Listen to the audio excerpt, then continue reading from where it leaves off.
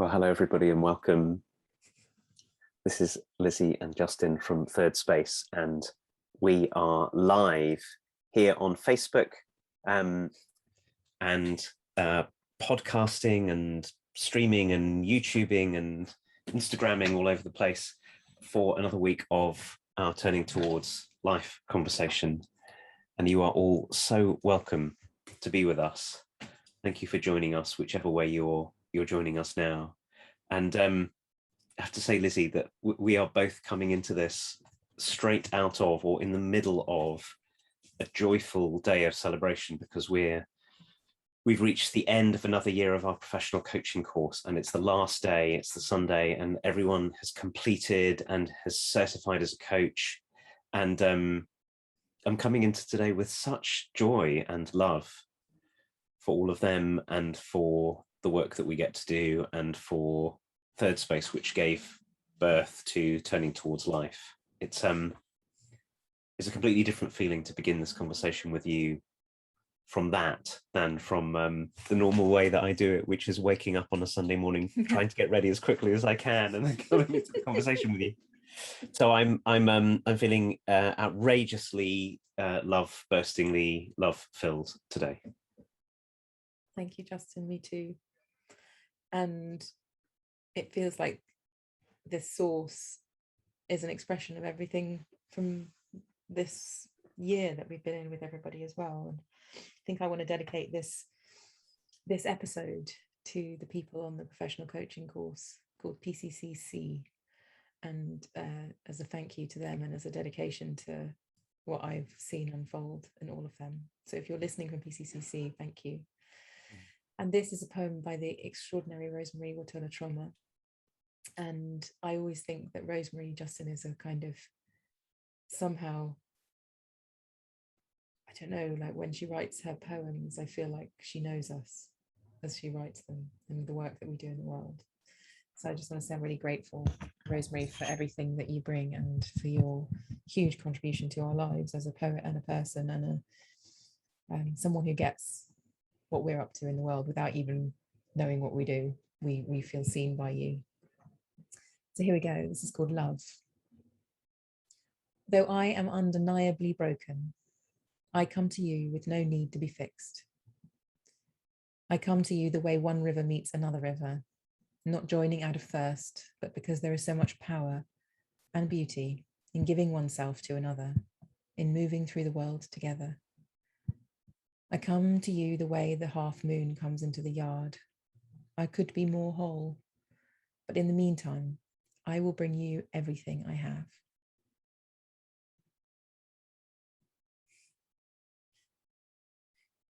Thanks, Lizzie.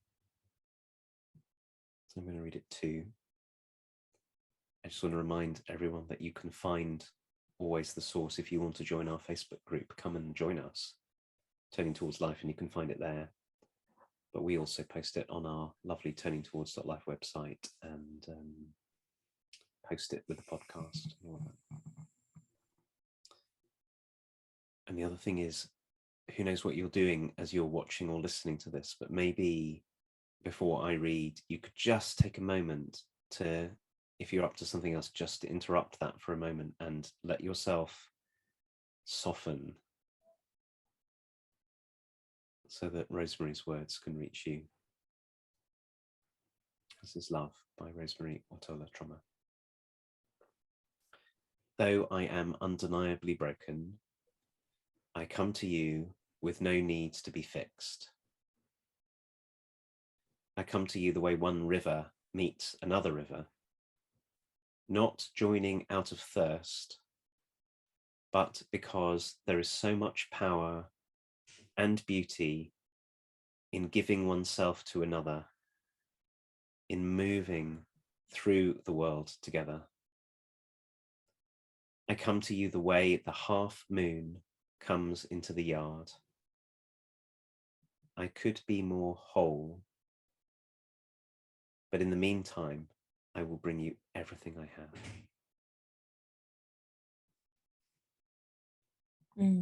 Thank you.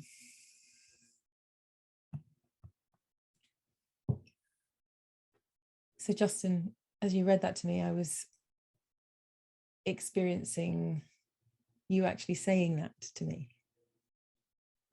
And it's so beautiful to be met in relationship by someone who doesn't want to fix me, but who wants to be with me, and who wants to meet as one river meeting another river would, and to flow into one another and become part of one another and to be together.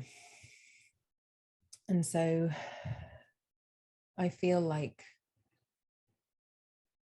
I don't know, recently in groups I've been in, I haven't experienced this.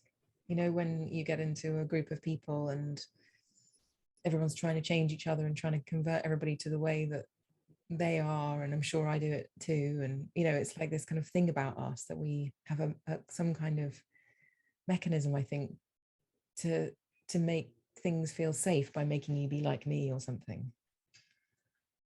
And so this feels like a kind of call to the part of us that can let that go. And and it appeals to the part of me that just wants to be free of that too. Free of trying to get anybody to do anything or be anything other than what they are. And to really bask in the power and beauty of giving myself to you and you giving yourself to me as we move through something together. It's such a different narrative of you need to be like me for us to be friends, or you need to come this way so that my agenda is fulfilled. And it calls on a kind of spaciousness in me to be able to do this. And it also makes it so safe for me to actually say what's true if someone's not trying to change me. So if I'm not trying to hedge around according to what I think someone's needs are because they're quite explicit and they're saying, what's happening? Who are you? And how can we be together? Is such a different thing.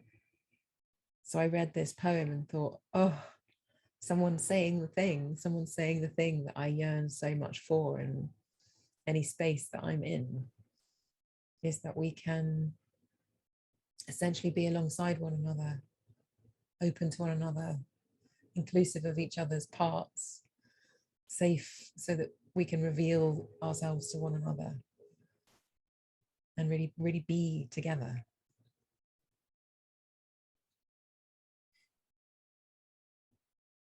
I'm feeling the joy of being with you, Lizzie, in that way right now. And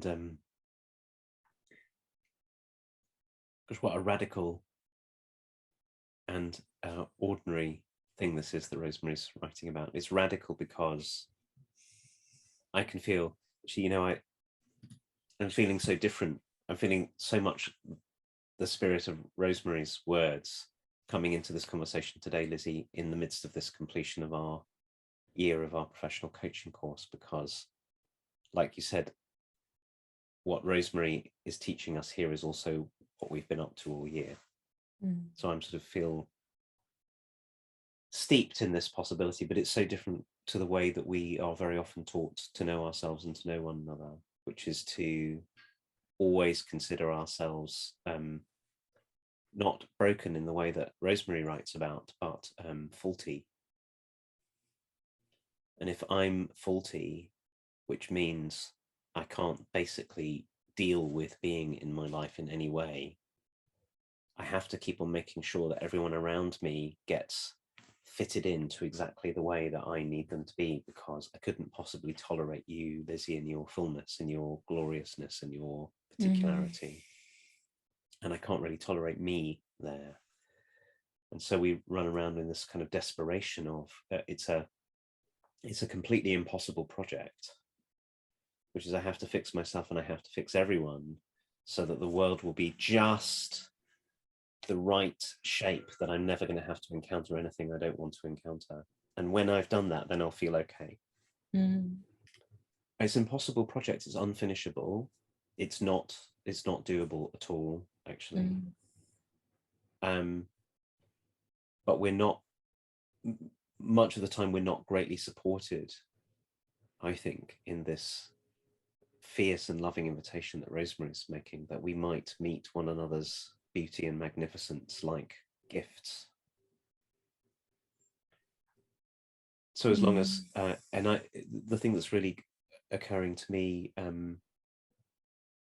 Lizzie, over these last few days of completing our year together with this group, is I've been looking afresh at the people around me. And I've been in the relationship that I'm in with Davina for 33 years. And what I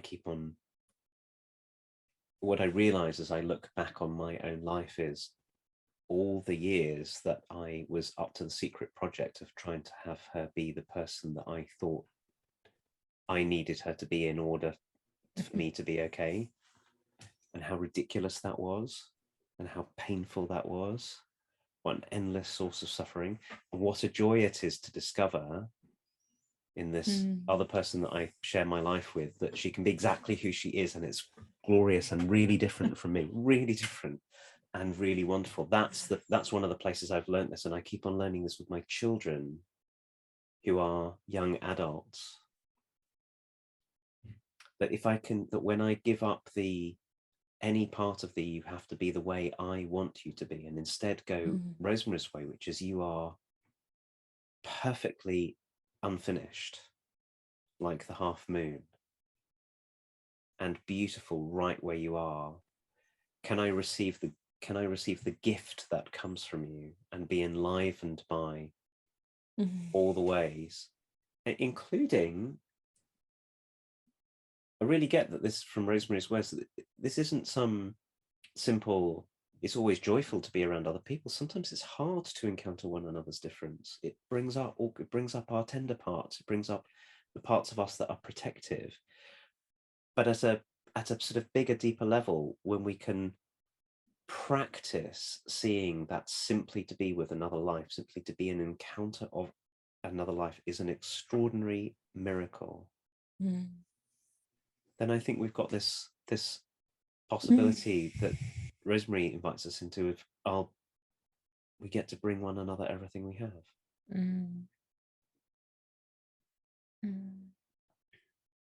Just making that connection as you're saying all of that, Justin, that if I am going to bring you everything I have, it really helps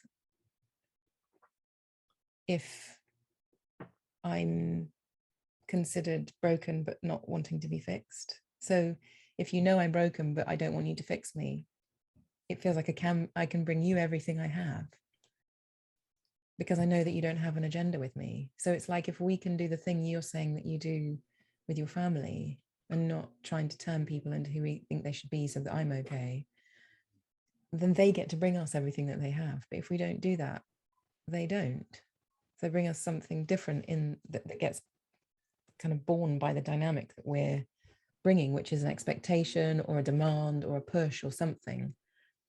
If we don't have that, so the irony of it is that, I mean, of course we want people to bring us everything they have. As human beings, we want people to, we want to bring everything we have, and we want to bring them to bring everything they have. As individuals, that seems true to say that.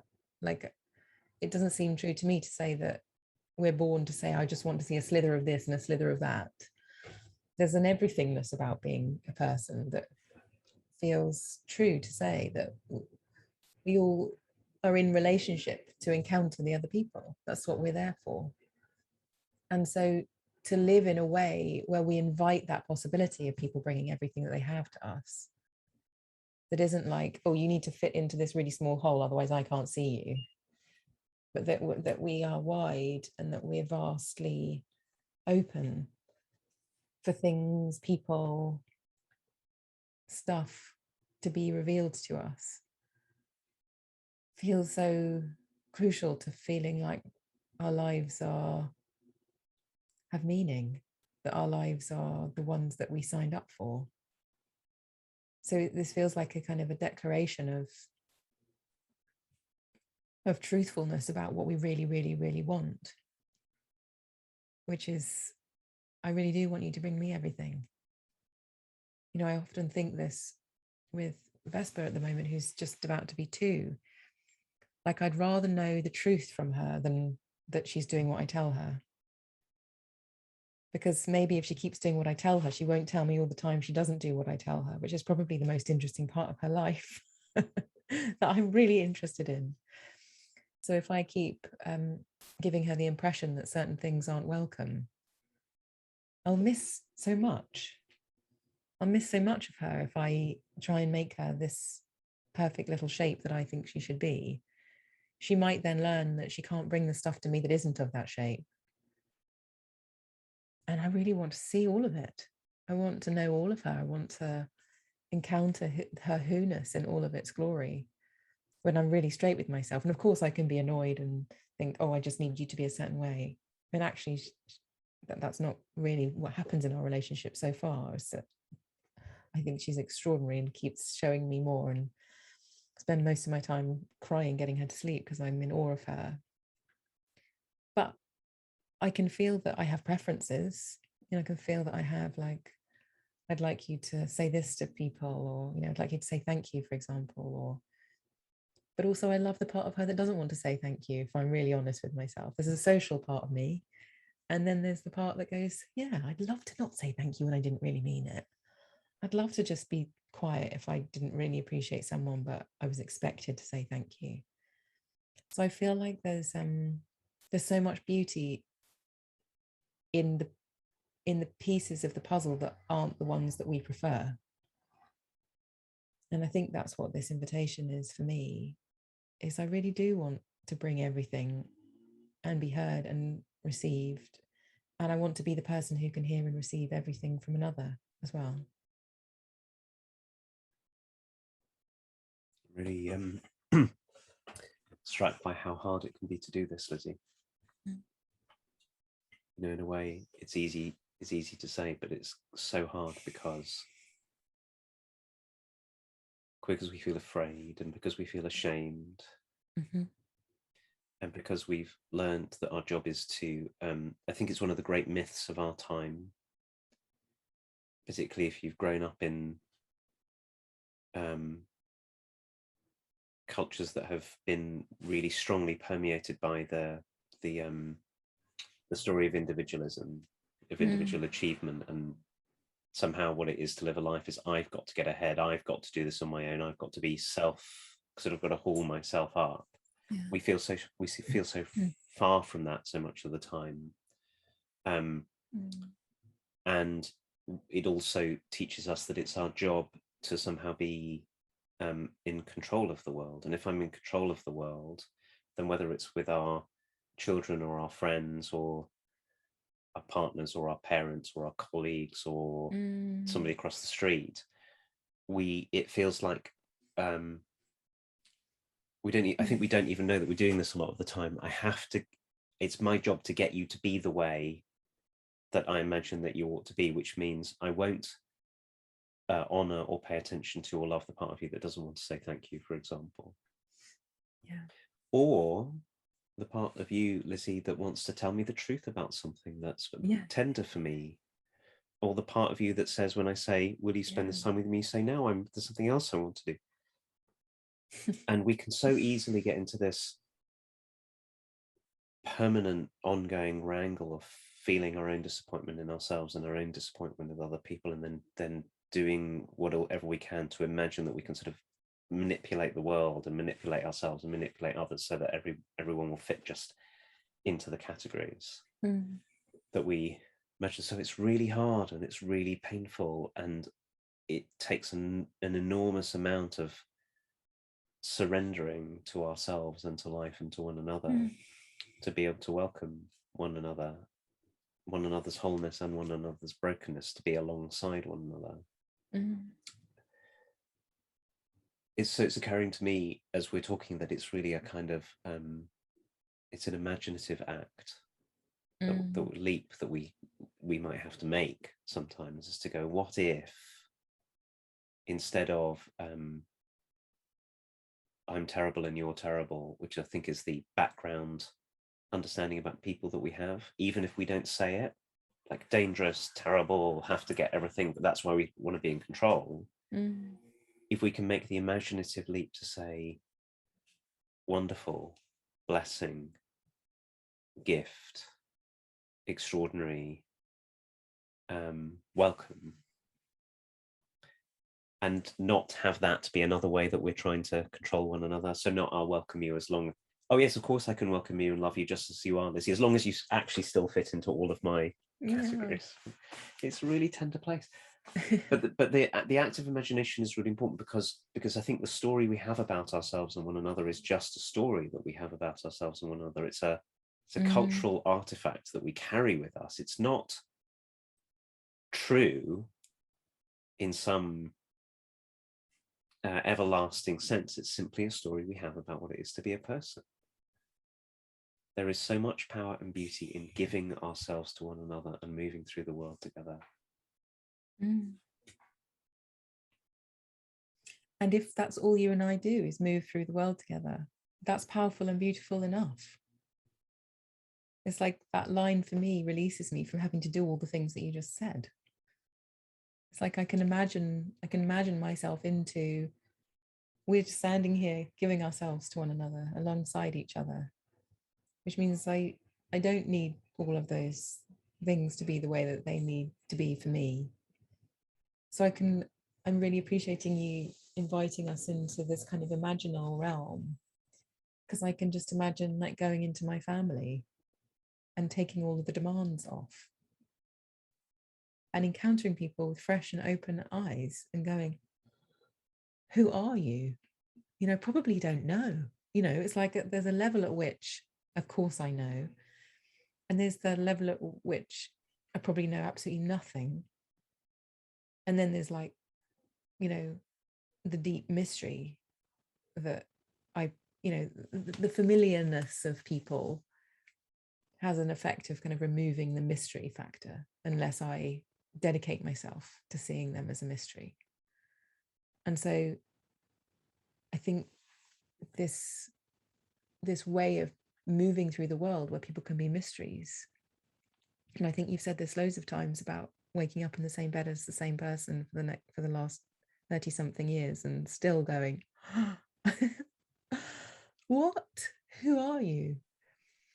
And as you were speaking, I was realizing that, you know, the work that we're doing together, Justin, is one of the things that enables me to return back into the ordinary situations of my life with new kind of like something's been peeled away, some kind of way I've been seeing has been put to the side, and my heart swells and I stop taking things for granted for however long until I do again, you know.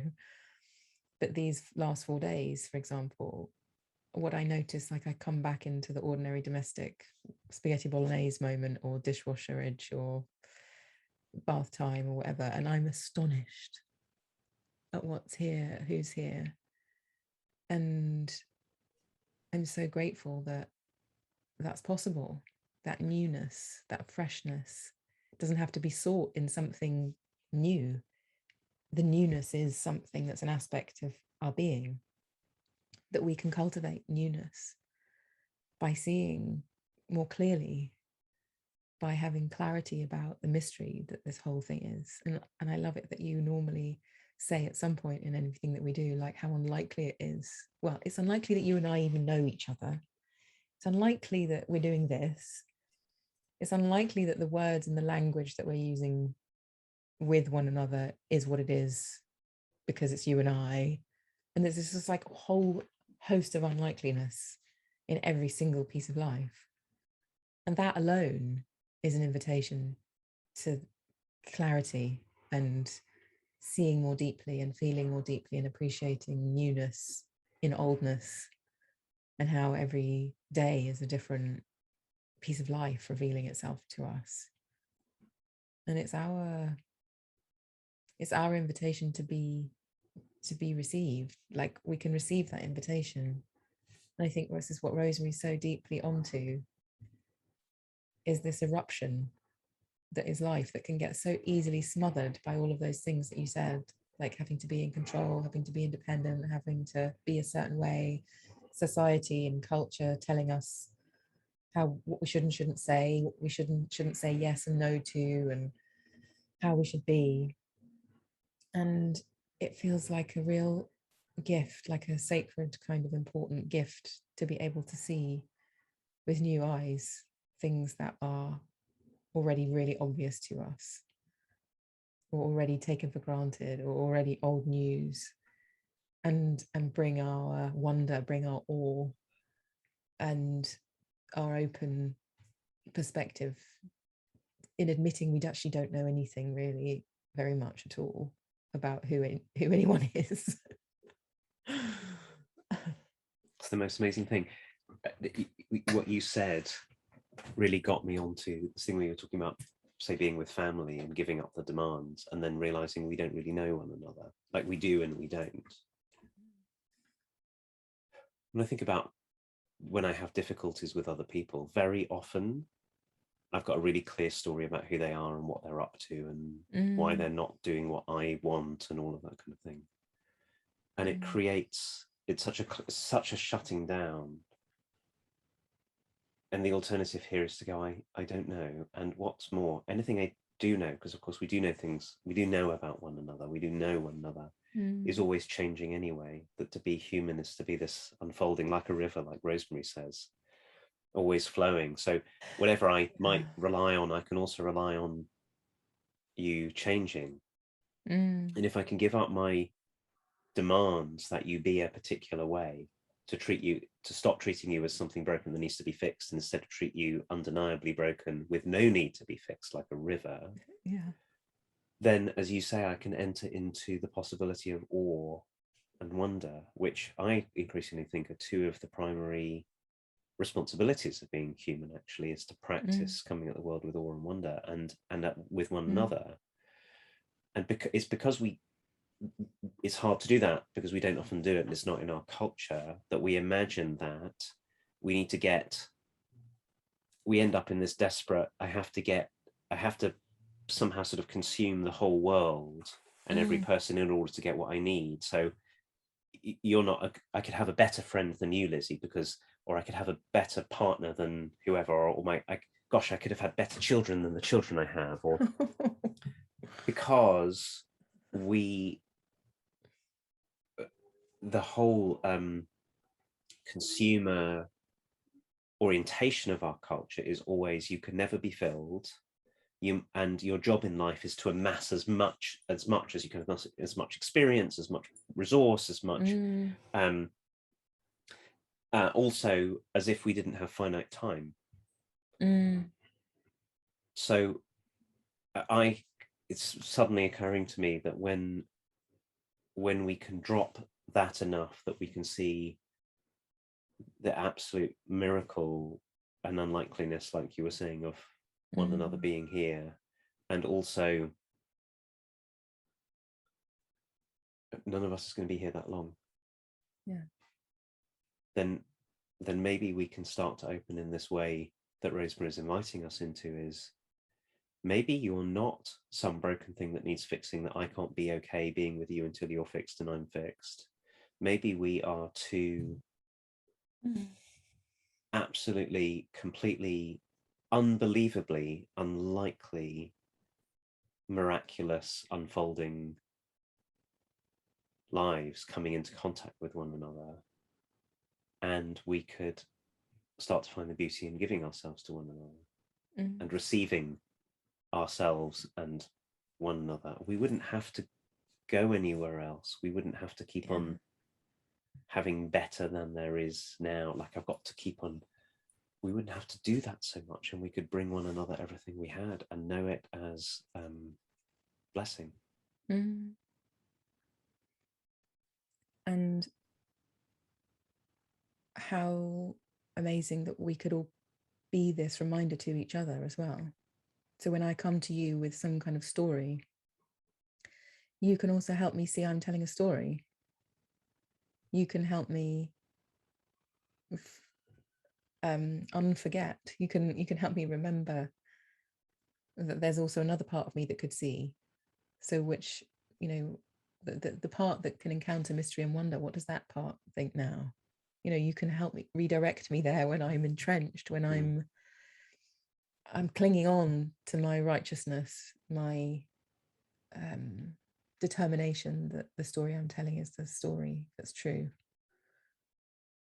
And I think that's where we come to so many times in these conversations, is how beautiful that humans can be this reminder to one another, that inside of a relationship that's reflective, that's looking at the world with and feeling into the world with a kind of inquiring nature.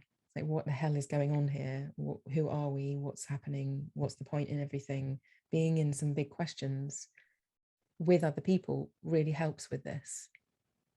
It really does. And I think that's what our, the community that we're building is made of, is these kind of community relationships where, someone said it in our group earlier, Justin, that community, one definition is where you don't have to leave anything out of who you are when you're in it.